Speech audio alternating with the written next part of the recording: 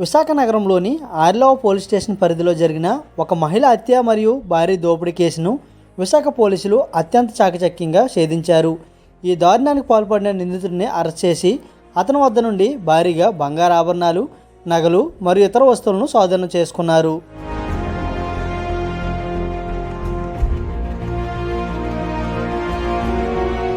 ఫిబ్రవరి 11, 2026న ఆర్లవ దుర్గానగర్ నివాసి అయిన కాపు వెంకటరమణ భార్య కాపు లక్ష్మి ఇంట్లో రక్తపు మడుగుల్లో మరణించి ఉండడాన్ని గమనించి ఫిర్యాదు అందిందని Visakhapatnam crime DCP K Latha Madhuri తెలిపారు.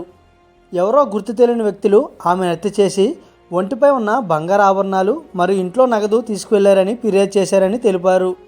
ఈ ఘటనపై కేసు నమోదు చేసి నిందితుడి గురించి దర్యాప్తు చేశామని తెలిపారు. సీసీటీవీ ఫుటేజ్, టవర్ డంప్ మరియు సిడిఆర్ అనాలిసిస్ వంటి సాంకేతిక పరిజ్ఞానం ఉపయోగించి నిందితుడిని గుర్తించామని తెలిపారు. నిందితుడు నేరం చేసిన తర్వాత కాశీ, ఢిల్లీ వంటి ప్రాంతాలకు పారిపోయినట్లు పోలీసులు గుర్తించారు.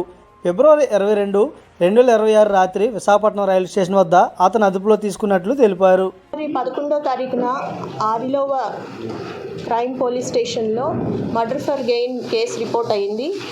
అది చాలా సెన్సేషన్ అయింది. ఒక మహిళను చంపి, కాపు లక్ష్మి అన్న మహిళను హత్య చేసి ఆమె దగ్గర ఉన్న నగదుతో పారిపోవడం జరిగింది ముద్దాయి. దీనికోసం 10 టీములుగా క్రైమ్ టీములు ఫామ్ చేసి 10 రోజుల్లో ఆ ముద్దాయిని పట్టుకోవడం, ప్రాపర్టీ అంతా కూడా రికవరీ చేయడం జరిగింది. ఈరోజు ముద్దాయిని రిమాండ్ కూడా పంపిస్తున్నాము. ఆమె ఇంట్లో ఒంటరిగా ఉన్నప్పుడు ఈ ముద్దాయి వెళ్ళడం జరిగింది. ఆమెను డబ్బులు అడగడం, ఆమె దానికి నిరాకరించడం, ఘర్షణ జరిగిన తర్వాత ఆమెను పీకపిసికి చంపేసి అక్కడి నుంచి పరారైపోయాడు.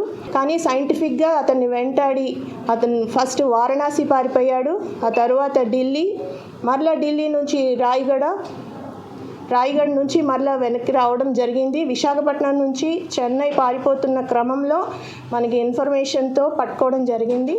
పట్టుకొని మొత్తం ప్రాపర్టీని రికవరీ చేయడం జరిగింది. బొబ్బిలి పట్టణానికి చెందిన వ్యక్తి.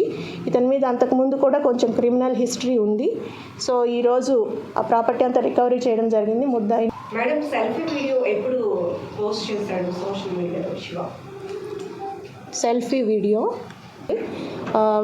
అప్పుడప్పుడు ఈ చనిపోయిన మృతురాలు కొంత డబ్బు కూడా ఇవ్వడం, సాయం చేయడం ఇవన్నీ జరిగాయి.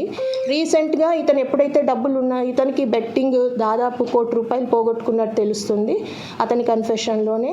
అలాగే ప్రస్తుతం 25 లక్షల వరకు అప్పు కూడా ఉంది. దానికోసం ఇతనికి డబ్బు చాలా అవసరమయ్యి, ఈమె పరిచయం ఉంది కదా, చాలా కాలంగా పరిచయం ఉండడం వల్ల ఈవిడ కూడా స్తోమత ఉన్నవారు, మంచి డబ్బున్న ఫ్యామిలీ. సో ఆమెను అడగడం జరిగింది. మరి ఆమె ఎందుకో నిరాకరించిందో, మరి ఏం జరిగిందో మనకి క్లియర్గా తెలియదు. ఆమెను ఇలా హత్య చేయడం జరిగింది.